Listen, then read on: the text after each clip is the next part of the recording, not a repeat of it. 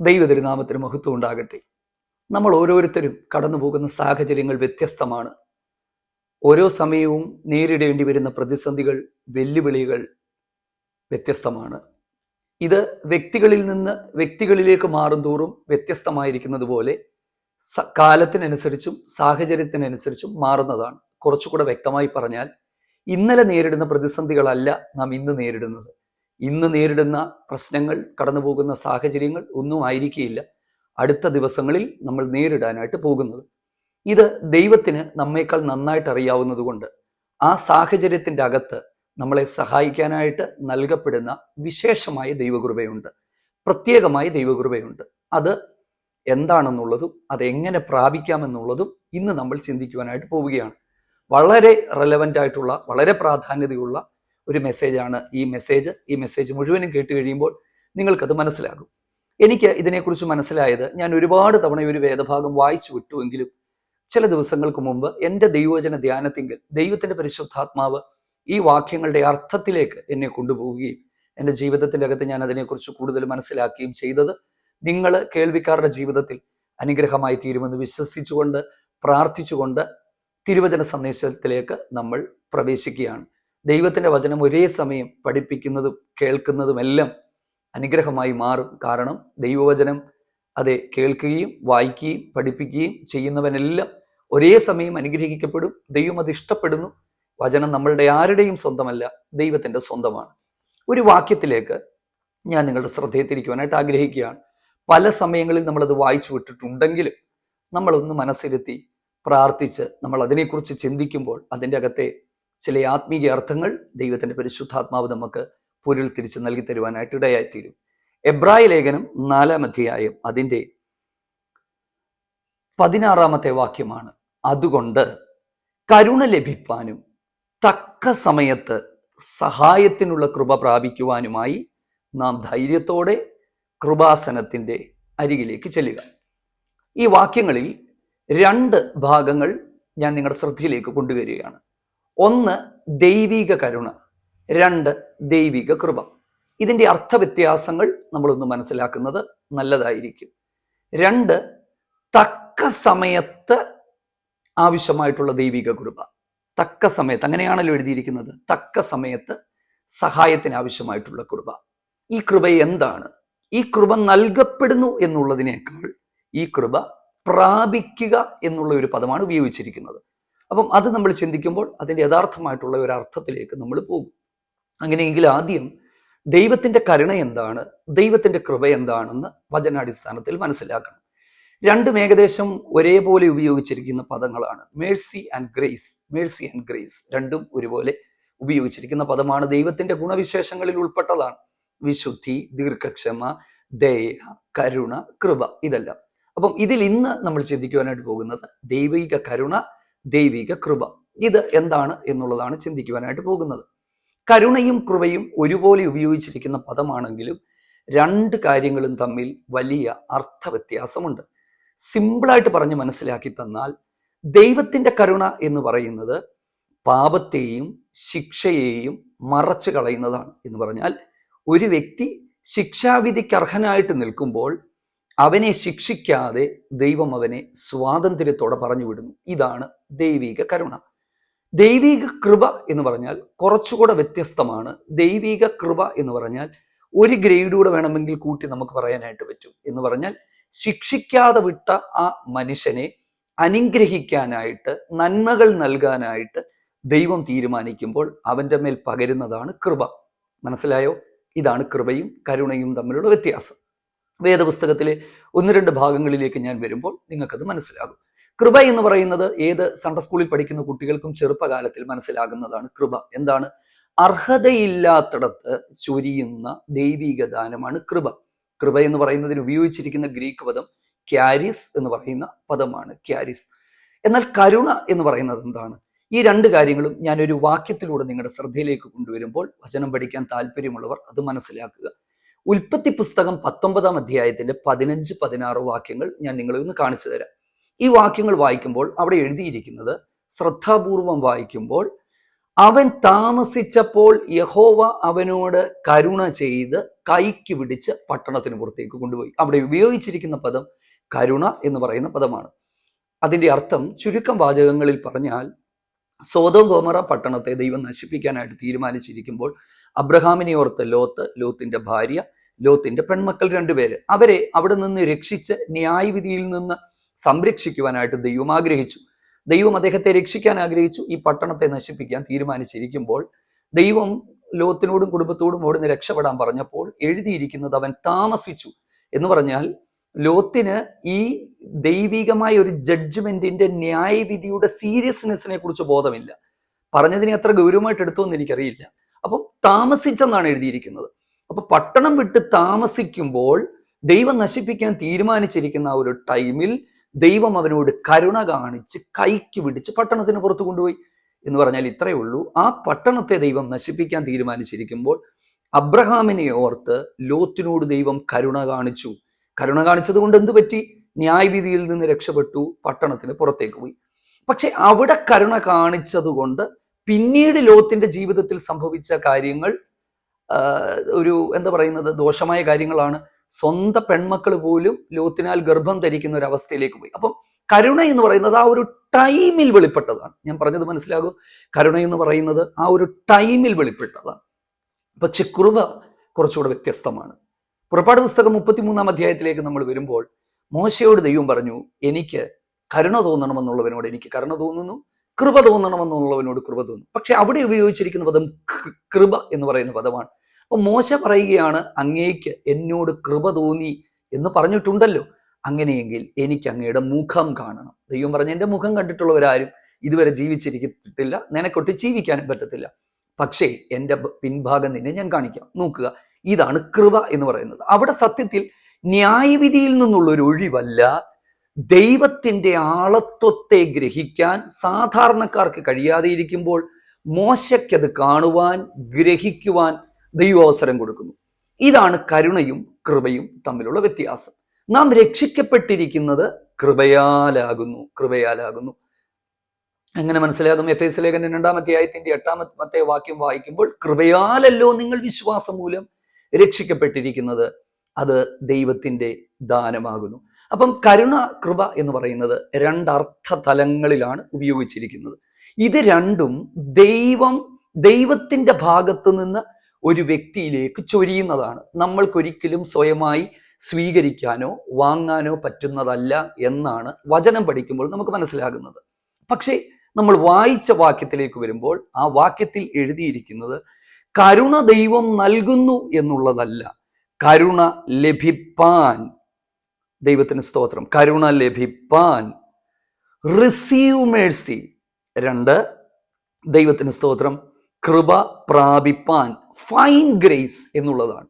അപ്പം ഇവിടെ കരുണ തരുന്നു, കൃപ തരുന്നു എന്നുള്ളതിൽ നിന്ന് വ്യത്യസ്തമായി കരുണ പ്രാപിക്കുക, കൃപ പ്രാപിക്കുക. എന്താണ് തരുന്നതും പ്രാപിക്കുന്നതും തമ്മിലുള്ള വ്യത്യാസം? സത്യത്തിൽ കരുണയും കൃപയും എല്ലാം, കൃപയും കൃപാവരവും എല്ലാം ദൈവം തരുമ്പോൾ തന്നെ ചില മേഖലകളിൽ ദൈവത്തിൽ നിന്ന് അത് പ്രാപിക്കാനായിട്ടുള്ള സാഹചര്യങ്ങളിലേക്ക് ദൈവം നമ്മളെ എത്തിക്കുന്നു. അതാണ് ഞാൻ പറഞ്ഞത്, നമ്മുടെ അനുദിന ജീവിതത്തിൽ നമ്മൾ നേരിടുന്ന പ്രതിസന്ധികൾ, പ്രശ്നങ്ങൾ, ഈ പ്രശ്നങ്ങളെ തരണം ചെയ്തു പോകണമെങ്കിൽ നമുക്ക് ദൈവത്തിന്റെ കരുണയും ദൈവത്തിന്റെ കൃപയും ഒരേ സമയത്ത് ആവശ്യമാണ്. അതെനിക്ക് ആവശ്യമുണ്ട് എന്ന് ആവശ്യബോധത്തോടെ ഒരു വ്യക്തി ദൈവസിംഹാസനത്തിന്റെ അരികിലേക്ക് ചെല്ലുക. എൻ്റെ അവൈലബിലിറ്റിയാണ്, നിങ്ങളുടെ അവൈലബിലിറ്റിയാണ് ദൈവം നോക്കുന്നത്. മനസ്സിലാക്കുക, എനിക്കും നിങ്ങൾക്കും ദൈവം സ്വതന്ത്ര ഇച്ഛ തന്നിരിക്കുമ്പോൾ, ദൈവം പരമാധികാരിയാണെങ്കിലും നമ്മുടെ സ്വതന്ത്ര ഇച്ഛയുടെ മേൽ പരമാധികാരം നടത്തുന്ന സ്വഭാവം ദൈവത്തിനില്ലാത്തത് കൊണ്ട് ഞാനും നിങ്ങളും ഇപ്പോൾ കടന്നുപോയിക്കൊണ്ടിരിക്കുന്ന പ്രതിസന്ധികളിൽ നമുക്ക് ജയം തരാനും നമ്മളെ വിജയികളാക്കാനും ദൈവം ആഗ്രഹിക്കുമ്പോൾ ആ കൃപ പകരാൻ ദൈവം തയ്യാറാണ്. പക്ഷേ ഞാനും നിങ്ങളും കൃപാസനത്തോട് അടുത്ത് ചെല്ലേണ്ടിയിരിക്കുന്നു. ഞാൻ പെട്ടെന്ന് ചുരുക്കമായിട്ട് ഞാനിതിനെ ഒന്ന് വിശദീകരിച്ച് നിങ്ങളുടെ മുമ്പിലേക്ക് എത്തിക്കുവാൻ ദൈവകൃപയ്ക്കകത്ത് ശരണപ്പെടുകയാണ്. എന്നിട്ട് നമ്മൾ ആദ്യം പറഞ്ഞ ഭാഗത്തിലേക്ക് വരാം. എബ്രായ ലേഖനം 4-ാം അധ്യായം മുഴുവനും നമ്മൾ പഠിച്ചു വരുമ്പോൾ പഴയ നിയമ ഇസ്രായേലിന്റെ വീഴ്ച, ദൈവം പറഞ്ഞ വാഗ്ദത്തങ്ങൾ അവർക്ക് പ്രാപിക്കാൻ കഴിയാതെ അവിശ്വാസം കൊണ്ട് ഒക്കെ അവർ പിന്മാറിപ്പോയി. ദൈവിക സ്വസ്ഥതയിൽ പ്രവേശിക്കുവാൻ കഴിയാതെ അവർ മാറിപ്പോയ സാഹചര്യങ്ങളൊക്കെ പറഞ്ഞിട്ട് ഇങ്ങോട്ട് വരുമ്പോൾ എബ്രായ വിശ്വാസികളോട് ദൈവത്തിൻ്റെ പരിശുദ്ധാത്മാവ് പറയുകയാണ്, അവർ പിന്മാറിപ്പോയതുപോലെ നിങ്ങളുടെ സാഹചര്യത്തിൻ്റെ സമ്മർദ്ദങ്ങളുടെ മുമ്പിൽ നിങ്ങൾ പിന്മാറിപ്പോകരുത്. പാപമൊഴികെ സകലത്തിലും നമുക്ക് തുല്യനായി പരീക്ഷിക്കപ്പെട്ട ഒരു മഹാപുരോഹിതനായ ക്രിസ്തു നമുക്ക് വേണ്ടിയുണ്ട്. അതുകൊണ്ട് ഉണ്ട് എന്ന് പറഞ്ഞിരിക്കുകയല്ല, അവൻ സകലത്തെയും അറിയുന്ന ദൈവമാണ്. സകലതും അവൻ്റെ മുമ്പിൽ നഗ്നവും മലർന്നവുമായി കിടക്കുമ്പോൾ ഓടി ഒളിക്കാതെ ആ സാഹചര്യത്തെ തരണം ചെയ്യുവാനായിട്ടുള്ള കൃപ പ്രാപിക്കുവാൻ ധൈര്യത്തോടെ അവൻ്റെ അരികിലേക്ക് ചെല്ലുക. എൻ്റെ പ്രിയപ്പെട്ടവരെ, ഞാൻ പറഞ്ഞതിൻ്റെ അർത്ഥം ചുരുക്കമായിട്ട് ഞാൻ നിങ്ങളോട് പറയാം. നമ്മൾ നേരിടുന്ന ഒരു പ്രതിസന്ധിക്കകത്തും മറുപടി തരാതിരിക്കാൻ ദൈവത്തിന് കഴിയത്തില്ല. അല്ലെങ്കിൽ മറുപടി ഇല്ലാത്തൊരു പ്രശ്നവും നമ്മുടെ ജീവിതത്തിലില്ല. ഞാൻ പറഞ്ഞത് മനസ്സിലായോ? ഞാനും നിങ്ങൾ കടന്നു പോകുന്ന ഏറ്റവും പുതിയ പ്രശ്നങ്ങളാണെങ്കിലും സാഹചര്യമാണെങ്കിലും പാപത്തിൻ്റെ കാഠിന്യമേറിയ സാഹചര്യമാണെങ്കിലും അതിനെ ഓവർകം ചെയ്യുവാൻ തക്കവണ്ണം ആ സമയത്ത് ദൈവകൃപ അതിൻ്റെ അകത്ത് വെളിപ്പെട്ട് വരുന്നതാണ്. Praise the Lord. ഇന്നത്തെ കാലത്ത് ഞാൻ ഒത്തിരി ഈ വിവാഹ ബന്ധങ്ങളൊക്കെ വേർപെടുത്താനായിട്ട് നിൽക്കുന്ന ചെറുപ്പക്കാരോട് ഒത്തിരി പേരോട് സംസാരിച്ചിട്ടുണ്ട്. ചിലരൊക്കെ പ്രശ്നത്തെ തരണം ചെയ്തിട്ടുണ്ട്, ചിലർ വേർപിരിയാനായിട്ടുള്ള വഴികളിൽ അങ്ങോട്ടും ഇങ്ങോട്ടും മാറി നടന്നവരുണ്ട്. പക്ഷെ ഞാനൊരു കാര്യം പറയാം, നമ്മുടെ ഇന്നത്തെ കാലത്ത് എന്തൊരു പ്രശ്നം വന്നാലും ചെറുപ്പക്കാർ, ആൺകുട്ടികളാകട്ടെ പെൺകുട്ടികളാകട്ടെ, പറയുന്നത് എനിക്ക് വേണ്ട, എനിക്കിനി ജീവിക്കാൻ താല്പര്യമില്ല, ഞാൻ ഡിവോഴ്സിലേക്ക് പോകാനായിട്ട് ആഗ്രഹിക്കുന്നു, അല്ലെങ്കിൽ ഒരു പ്രശ്നത്തിന് മുമ്പിൽ ഇവിടെ കൊണ്ട് തീരുകയാണ്, എനിക്കിതിനെ തരണം ചെയ്യാൻ പറ്റത്തില്ല. നോ, അങ്ങനല്ല. നമുക്ക് തരണം ചെയ്യാൻ പറ്റാത്ത ഒരു പ്രശ്നവും ലോകത്തിലില്ല. പക്ഷെ ഈ പ്രശ്നത്തെ എങ്ങനെ നമ്മൾ തരണം ചെയ്യും എന്നുള്ളതാണ്. ആ പ്രശ്നത്തെ തരണം ചെയ്യണമെങ്കിൽ ദൈവിക പരിജ്ഞാനത്തിൽ ശാന്തമായി ദൈവത്തിന്റെ സന്നിധിയിലേക്ക് ഈ വിഷയത്തെ കൊണ്ടുചെന്ന് ദൈവത്തിന് നമ്മിൽ ആ പ്രശ്നത്തിന്റെ അകത്ത് പകരാനുള്ള കൃപയും നമ്മളോട് സംസാരിക്കാനുള്ള ദൈവിക അരുളപ്പാടും അതിനെ ഓവർകം ചെയ്തു പോകുവാനായിട്ടുള്ള ദൈവിക ഇടപെടിയിലും അതാത് വ്യക്തികളുടെ ജീവിതത്തിൽ ചെയ്യാനായിട്ട് ദൈവം ആഗ്രഹിക്കുമ്പോൾ ഇട്ടിട്ട് നമ്മൾ പോയാൽ നമുക്കതിനെ തരണം ചെയ്യാൻ പറ്റത്തില്ല. അയ്യോ, എന്നെ കൊണ്ട് പറ്റത്തില്ല, ആത്മഹത്യയിലേക്ക് പോകുന്നു, പിന്മാറ്റത്തിലേക്ക് പോകുന്നു, ഇനി ഞാൻ പ്രാർത്ഥിക്കുന്നില്ല, ഇനി ഞാൻ ആരാധിക്കുന്നില്ല, ദൈവം എന്തിനാണ് എന്നോട് ഇത് ചെയ്തു എന്നൊക്കെയുള്ള ചോദ്യങ്ങൾ മനസ്സിൻ്റെ അകത്ത് വെച്ചുകൊണ്ട് പ്രശ്നങ്ങളിൽ നിന്ന്, പ്രതിസന്ധികളിൽ നിന്ന് ഓടി മാറി ദൈവാശ്രയം നഷ്ടപ്പെടുത്തിക്കൊണ്ടു പോകാനല്ല ദൈവം ആഗ്രഹിക്കുന്നത്. ദൈവത്തിന്റെ പരിശുദ്ധാത്മാവിൽ ഈ വചനത്തിന്റെ അകത്തുനിന്ന് നിങ്ങളോട് ഞാൻ പറയുന്നു, go to the throne of grace. കൃപാസനത്തിലേക്ക് ഓടി ചെല്ലുക. ഈ കൃപാസനത്തിലേക്ക് ധൈര്യത്തോടെ ചെല്ലാൻ പറയുന്ന പശ്ചാത്തലം ഏതാണ്? പഴയ നിയമത്തിൽ സമാഗമന കൂടാരത്തിൽ അതിവിശുദ്ധ സ്ഥലം എന്ന് പറയുന്ന സ്ഥലത്ത് കൃപാസനമുണ്ടായിരുന്നു.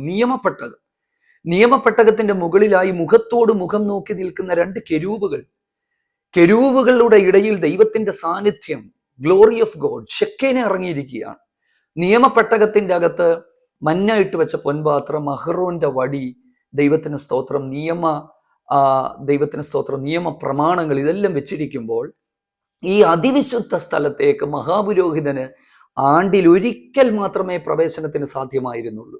പക്ഷെ പുതിയ നിയമത്തിലേക്ക് വരുമ്പോൾ കർത്താവായ യേശു ക്രിസ്തു കാൽവറി ക്രൂസിൽ ചെയ്ത ആ മഹൽ പ്രവൃത്തി നിമിത്തമായിട്ട് എനിക്കും നിങ്ങൾക്കും ഏത് സമയത്തും 24/7 ആണ്, ഏത് സമയത്തും കൃപാസനത്തോട് ധൈര്യത്തോടെ അടുത്ത് ചെല്ലുവാനുള്ള ഓപ്പർച്യൂണിറ്റി ദൈവം തരികയാണ്. ഇതിനെ ഫലപ്രദമായി ആരുപയോഗിക്കുന്നുവോ അവൻ ആ പ്രശ്നത്തെ തരണം ചെയ്യുമെന്ന് മാത്രമല്ല, ആ പ്രശ്നങ്ങൾക്കകത്ത് ദൈവത്തിന് സ്തോത്രം വലിയ ദൈവശക്തി നേടിയെടുത്ത് സമാനമായ പ്രശ്നങ്ങളിലൂടെ കടന്നു പോകുന്നവരെ നാളെ നേർവഴിയിൽ നടത്തുവാൻ തക്കവണ്ണം ഉപയോഗിക്കപ്പെടുന്ന തലത്തിലേക്ക് ഒരു വ്യക്തിയെ ദൈവം ഉപയോഗിക്കുമെന്നുള്ളതാണ്. ഞങ്ങളാരും ഈ പ്രശ്നത്തിലൂടെ കടന്നു പോകാത്തവരല്ല. പക്ഷേ ദൈവകൃപയ്ക്കകത്ത് കഴിഞ്ഞ നാളുകളിൽ അതിനെയൊക്കെ തരണം ചെയ്തു വന്നപ്പോൾ ഇത്തരത്തിലുള്ള പ്രശ്നങ്ങളിലൂടെ കടന്നു പോകുന്നവരെ സഹായിപ്പാൻ മാർഗനിർദ്ദേശങ്ങൾ നൽകി കൊടുക്കുവാനുള്ള വിശിഷ്യമായ ദൈവകൃപ പരിശുദ്ധാത്മാവ് നൽകി അതിലൂടെയൊക്കെ പഠിച്ച പാഠങ്ങളിൽ ഇന്ന് നേരിടുന്ന പ്രശ്നങ്ങളല്ല, നാളെ ഒരുപക്ഷെ ലോകമാകട്ടെ പിശാചാകട്ടെ എത്ര വലിയ പ്രതിസന്ധി കൊണ്ടുവന്നാലും അതിനെ ഓവർകം ചെയ്യുവാൻ തക്കവണ്ണം ദൈവകൃപയ്ക്ക് കഴിയും. അതിന് തക്കവണ്ണമുള്ള കൃപ ദൈവസന്നിധിയിലുണ്ട്. പക്ഷേ അത് നേടിയെടുക്കുക എന്ന് പറയുന്ന ഒരു ഉത്തരവാദിത്വം മാത്രമേ നമുക്കുള്ളൂ എന്ന് പറയുമ്പോൾ അതിൻ്റെ അകത്തെ ആ ഒരു ആത്മീയ അർത്ഥത്തിന്റെ ആഴങ്ങൾ എൻ്റെ പ്രിയപ്പെട്ടവർ ഗ്രഹിക്കുമെന്ന് ഞാൻ മനസ്സിലാക്കുന്നു. അതാണ് കരുണ, കൃപ, mercy of God, grace of God. ഇതെവിടെയുള്ളതാണ്? സഹായത്തിനായിട്ടുള്ളതാണ്. ഏത് സഹായത്തിനായിട്ടാണ്? പാപമൊഴികെ സകലത്തിലും നമുക്ക് തുല്യമായി പരീക്ഷിക്കപ്പെട്ടു എന്ന് പറയുമ്പോൾ ജീവിത സാഹചര്യത്തിൽ എൻ്റെ പ്രിയപ്പെട്ടവർ കടന്നു പോകുന്ന രോഗമാകട്ടെ, കഷ്ടതയാകട്ടെ, പ്രതിസന്ധിയാകട്ടെ, കടബാധ്യതയാകട്ടെ, പ്രാർത്ഥിക്കാൻ പറ്റാത്ത സാഹചര്യമാകട്ടെ, പിശാച് നിങ്ങളെ ഒതുക്കി വെച്ചിരിക്കുന്ന സാഹചര്യമാകട്ടെ, ഇരുളിന്റെ വലിയ ശക്തികൾ മുൻപോട്ട് പോകുവാൻ കഴിയാതെ നിന്റെ മുൻപും പിൻപും അടച്ചിരിക്കുന്ന സാഹചര്യമായിക്കട്ടെ, whatever it may be, എത്തരത്തിലുള്ള സാഹചര്യമാണെങ്കിലും ആ സാഹചര്യത്തിൻ്റെ അകത്ത് കൃപ നിന്നെ പൊളിച്ച് പുറത്തു കൊണ്ടുവന്ന് മുൻപോട്ട് വഴി നടത്തുവാൻ കഴിയും. സഹായത്തിനുള്ള കൃപ തക്ക സമയത്ത് പ്രാപിക്കേണ്ടത്, ഇൻ ടൈം ഓഫ് നീഡ്. അത് സമയത്താണ് വെളിപ്പെടുന്നത്. ദൈവത്തിന് സ്തോത്രം. എനിക്കിതിനെക്കുറിച്ചൊക്കെ ഒത്തിരി സംസാരിക്കണമെന്ന് ആഗ്രഹമുണ്ട്. കാരണം ആ വചനത്തിലൂടെ വളരെ ശക്തമായ ചില ദൈവാത്മാവിൻ്റെ വലിയ ഒരു ഇടപെടിയിൽ ഞാൻ മനസ്സിലാക്കിക്കൊണ്ട് തന്നെ ഞാൻ പ്രസംഗിക്കുകയാണ്. കടന്നു പോകുന്ന സാഹചര്യങ്ങൾ, പ്രതിസന്ധികൾ ഏതുമായിക്കൊള്ളട്ടെ, ഇൻ ടൈം ഓഫ് നീഡ്, ആ ഒരു സമയത്ത് വെളിപ്പെടുന്ന ഒരു ദൈവകൃപയുണ്ട്. രക്ഷയിലേക്ക് നമ്മളെ കൊണ്ടുവന്നത് ദൈവകൃപയാണ്, ഇല്ലേ? ദൈവത്തിന്റെ കരുണയാണ് നമ്മുടെ പാപങ്ങൾ തേച്ചു മായ്ച്ച് കളഞ്ഞത്. കാൽവറി ക്രൂശിൽ കർത്താവ് വലിയ കരുണ നമ്മളോട് കാണിച്ചു. കൃപയാൽ നാം ജീവിക്കുകയാണ്, ഇല്ലേ? 2 കൊരിന്ത്യർ 12-ാം അധ്യായത്തിന്റെ 9-ാമത്തെ വാക്യത്തിൽ അപ്പോസ്തലനായ പൗലോസിനോട് ദൈവം പറഞ്ഞ വാക്കുകൾ ഇങ്ങനെയാണ്: എൻ്റെ കൃപ നിനക്ക് മതി, എൻ്റെ ശക്തി ബലഹീനതയിൽ തികഞ്ഞു വരുന്നു. 3 പ്രാവശ്യം താൻ കടന്നുപോയിക്കൊണ്ടിരിക്കുന്ന പ്രതിസന്ധികളിൽ ജയം തരണമെന്ന്, ജയം ആവശ്യമാണെന്ന് ദൈവത്തോട് പറഞ്ഞ ദൈവത്തിന് സ്തോത്രം, പത്രോസിന് ജയമല്ല കൊടുത്തത്, കൃപയാണ് കൊടുത്തത്. ആ ബലഹീനതയിൽ വെളിപ്പെടുന്ന ദൈവശക്തിയാണ് നൽകി കൊടുത്തത്. ഞാൻ മനസ്സിലാക്കുന്നു ടൈം മുൻപോട്ട് പോകുന്നത്. ചില മിനിറ്റുകൾക്കുള്ളിൽ പറഞ്ഞ് ഞാൻ നിർത്തുവാനായിട്ട് ആഗ്രഹിക്കുക. കരുണയും കൃപയും തമ്മിലുള്ള വ്യത്യാസം ഒരു ചെറിയ ഉദാഹരണം ഞാൻ പറയുമ്പോൾ നിങ്ങൾക്ക് മനസ്സിലാകും. ദൈവിക കോടതിയിൽ ന്യായാധിപനായവൻ കുറ്റക്കാരനാണെന്ന് എന്നെ വിസ്തരിച്ച് കണ്ടുപിടിച്ച് ഞാൻ അവിടെ നിൽക്കുമ്പോൾ എൻ്റെ കുറ്റങ്ങളും എൻ്റെ പാപങ്ങളും എല്ലാം മറ്റൊരാളുടെ മുകളിലേക്ക് വെച്ചതിന് ശേഷം എന്നെ സ്വതന്ത്രനായി വിടുന്നു. നിനക്കിനി ശിക്ഷാവിധിയില്ല, നീ ഫ്രീ ആണ്, പൊക്കോ എന്ന് പറയുന്നു. അതാണ് കരുണ. കാൽവറി ക്രൂശിൽ ലോകത്തിന്റെ സകല പാപവും യേശുവിൻ്റെ മേൽ വെച്ചപ്പോൾ നമ്മളോട് സ്വർഗീയ പിതാവ് കരുണ കാണിച്ചു. ദൈവത്തിന് സ്തോത്രം. എന്താണ് കൃപ? ഇങ്ങനെ സ്വതന്ത്രമായി പോയ എന്നെ പിടിച്ച് വലിച്ച് കൊണ്ടുവന്നിട്ട് പറഞ്ഞു, നിന്നെ ഞാൻ വിട്ടയച്ചു എന്ന് മാത്രമല്ല, ഇന്നു മുതൽ എൻ്റെ സകലത്തിൻ്റെയും അവകാശി നീയാണ്. എനിക്കുള്ള സകലതും ഞാൻ നിനക്ക് തരുന്നു, നീ എൻ്റെ മകനായി ജീവിക്കുക എന്ന് ഒരു ന്യായാധിപൻ പറയുമ്പോൾ പാപം ഇളച്ച് കിട്ടിയതിനേക്കാൾ കുറച്ചുകൂടെ മേൽത്തരമാണ്. ഇതാണ് ദൈവകൃപ. കർത്താവ് നമ്മളോട് കരുണ മാത്രമല്ല കൃപയും കാണിച്ചു. ജീവിതത്തിൻ്റെ അകത്ത് ദൈവത്തിന് സ്തോത്രം, നോഹയ്ക്ക് കൃപ ലഭിച്ചതുപോലെ ദൈവത്തിൻ്റെ കരുണയും ദൈവത്തിൻ്റെ കൃപയും അനുഭവിച്ചുകൊണ്ട് അനുദിന ജീവിതത്തിൽ ഇത് രണ്ടും ആവശ്യമാണ് ജയത്തോടെ മുമ്പോട്ട് പോകുവാൻ. കഴിഞ്ഞ ദിവസങ്ങളിലൊക്കെ ഞാൻ പറഞ്ഞതുപോലെ നമ്മുടെ പാപത്തെ നമുക്ക് ജയിക്കണമെങ്കിൽ ദൈവകൃപ ആവശ്യമാണ്. ഈ കൃപ നമ്മുടെ മേൽ പകർന്ന് നമ്മളെ മുൻപോട്ട് നടത്താൻ ദൈവം നമ്മെ സഹായിക്കട്ടെ. പുതിയ സന്ദേശവുമായിട്ട് വീണ്ടും കാണാം. Amen. God bless you. Maranatha.